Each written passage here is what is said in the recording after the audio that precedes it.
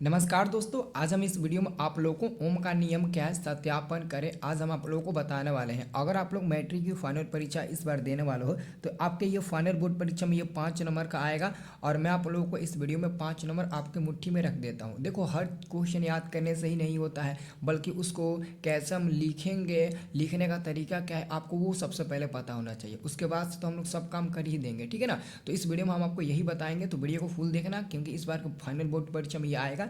और क्वेश्चन देखो, क्वेश्चन ऐसा ही रहेगा, ओम का नियम क्या है सत्यापन करें। अगर लास्ट में कह दिया सत्यापन करें तो समझ लेना कि आपको फुल डिटेल में पूरा बढ़िया से आपको बनाना है। अगर इतना कहेगा केवल कि ओम का नियम क्या है, क्योंकि बोर्ड परीक्षा में दोनों आता है, फुल भी आता है और हाफ भी आता है, तो दोनों बता देंगे, आप आराम से लिख देना, ठीक है ना। तो पहले वीडियो को लाइक कर दीजिए, तो सभी लोग जल्दी से लाइक कर दीजिए, मैं आपको बहुत मेहनत से लिख कर बता रहा हूँ। और ऐसा ही लिखना, देखो सुंदर सुंदर राइटिंग में, ज़्यादा छोट छोट भी मत लिखना राइटिंग, और ज़्यादा बड़ बड़ भी मत लिखना, मीडियम में लिखना, ताकि पढ़ने में भी अच्छा दिखे और देखने में भी अच्छा लगे, ठीक है ना। तो देखिए, सबसे पहले आपका जो भी प्रश्न रहेगा, जैसे कि मैंने यहाँ पर 1 लिखा, और हो सकता है यहाँ पर 4 हो, 5 हो, क्वेश्चन नंबर 6 हो, 7 हो, कुछ भी क्वेश्चन नंबर हो, तो आपको लिखना होगा ना। तो आप बीच में यहाँ पर लिखिएगा प्रश्न उत्तर। बहुत लोग यहाँ पर बगल में लिखते हैं, कगर यानी कि साइड में लिखते हैं, तो आप साइड में मत लिखिएगा। अगर ऐसे मतलब कि सीधा लिखिएगा ना, तो दिखने में अच्छा रहेगा एकदम, आपके पॉइंट पर ही एग्जामिनर का नज़र बैठ जाएगा, ठीक है ना। तो आप ऐसे लिखिएगा, प्रश्न उत्तर 1 लिखिएगा, यहाँ पर लिखिएगा प्रश्न उत्तर, ठीक है ना। और उसके बाद ना आप बगल में हाईलाइट कर दीजिएगा ओम का नियम, क्योंकि पहले हम ओम का नियम लिखेंगे फिर सत्यापन करेंगे। तो ओम का नियम लिख देंगे और इसको हम डैश देकर हम लोग लिखना स्टार्ट करेंगे। तो देखो ओम का नियम क्या कहता है। ओम का नियम तो आपको याद होगा, नहीं याद होगा तो लिख लेना इसको कॉपी पर, ठीक है ना। ओम का नियम देखो क्या कहता है। ओम के नियम के अनुसार, ध्यान से देखिए, मैं आपको बता रहा हूँ, ठीक है ना। देखो, ओम के नियम के अनुसार अचर ताप पर ध्यान से देना। अब देखो, ओम के नियम के अनुसार अचर ताप पर मैंने यहीं से लिखना स्टार्ट कर दिया, ठीक है ना। मैंने इधर नहीं आया, इधर आप लोग एक लाइन छोड़ के लिखना, जैसे मैं लिखा हूँ ना वैसे ही लिखना, पूरा नंबर मिलेगा, ठीक है ना। तो ओम के नियम के अनुसार अचर ताप पर किसी चालक से प्रवाहित होने वाली विद्युत धारा आई चालक के सिरों के बीच विभवांतर भी का सीधा समानुपाती होता है। क्या कहता है, ओम के नियम के अनुसार अचर ताप पर किसी चालक से प्रवाहित होने वाली विद्युत धारा चालक के सिरों के बीच के विभवांतर का सीधा समानुपाती होता है, ठीक है। अब देखो नीचे नीचे लिखिएगा, यदि किसी चालक से प्रवाहित होने वाली विद्युत धारा क्या है, आई है, तथा चालक के सिरों के बीच विभवांतर भी हो, तो ओम के नियमानुसार, ठीक है। तो क्या लिखेंगे, तो यहाँ पर आप लोग लिखना ओम के नियमानुसार। ओम के नियमानुसार भी जो होता है ना, वो समानुपाती होता है आई के।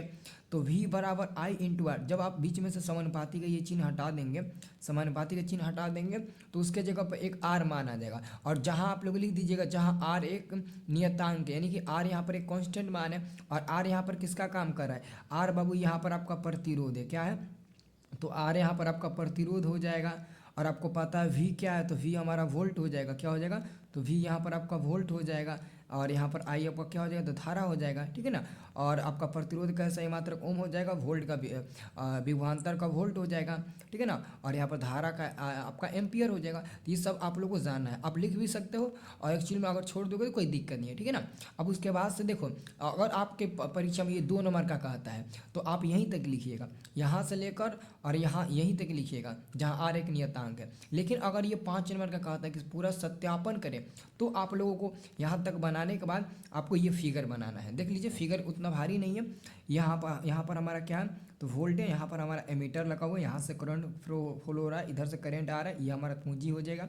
ये हमारा क्या हो गया, देखो ये छोटा आई का मतलब हुआ ये हमारा माइनस टर्मिनल है, और ये हमारा बड़ा का मतलब हुआ ये हमारा प्लस वाला चिन्ह है, ठीक है, समझ रहे हो ना।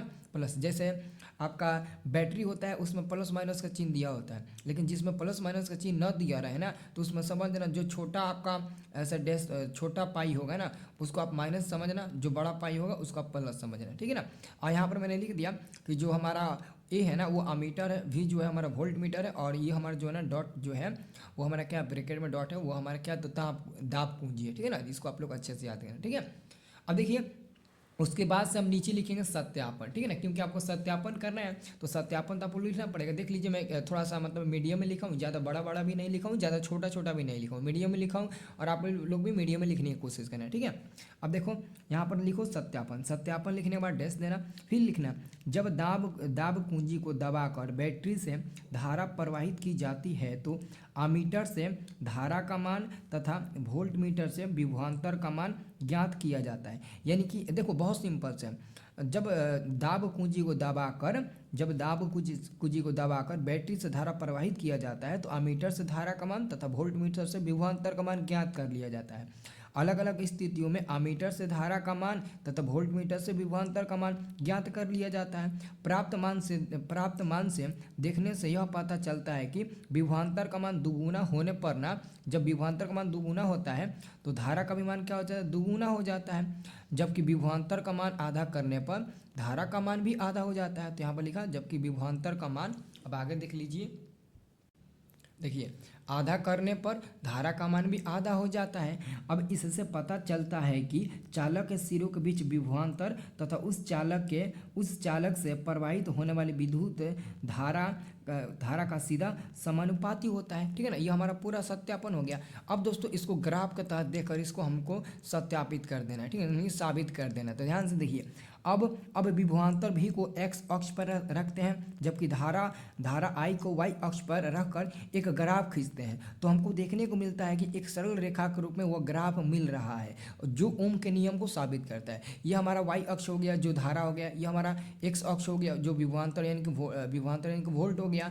अब इससे ग्राफ खींचते हैं ना, एक सरल रेखा के रूप में हमको एक लाइन मिलती है। थोड़ा सा मेरे से इधर हो गया, एक्चुअली में जब आप इसको आप इंची से बनाओगे ना तो पूरा एकदम करेक्ट मिलेगा, एकदम सीधा मिलेगा। ठीक है ना, तो ये हमारा एक सरल रेखा के रूप में जो हमारा रेखा मिला है यही ओम के नियम को साबित करता है। तो बस इतना ही लिख देना, ठीक है ना। देख लीजिए, आप स्क्रीनशॉट ले सकते हैं, इसका PDF हम भेज देंगे। टेलीग्राम आप लोग ज्वाइन किए ना, टेलीग्राम ज्वाइन कर लो, टेलीग्राम में इसका हम PDF भेज देंगे। ठीक है ना, आप टेलीग्राम ज्वाइन कर लीजिए, लिंक आपको इस वीडियो के डिस्क्रिप्शन में मिल जाएगा। ठीक है ना, तो एक और बात आपको बताने वाले हैं, बायोलॉजी का एक 5 नंबर वाला क्वेश्चन है जो आपको नेक्स्ट वीडियो में हम देंगे बनाकर। ठीक है ना, उसको आसानी भाषा में लिख देंगे, फिगर भी आसान बना दोगे, वो भी क्वेश्चन बायोलॉजी का आने वाला है। तो उसका हम उसका वीडियो हम तुरंत बनाकर आपको देंगे।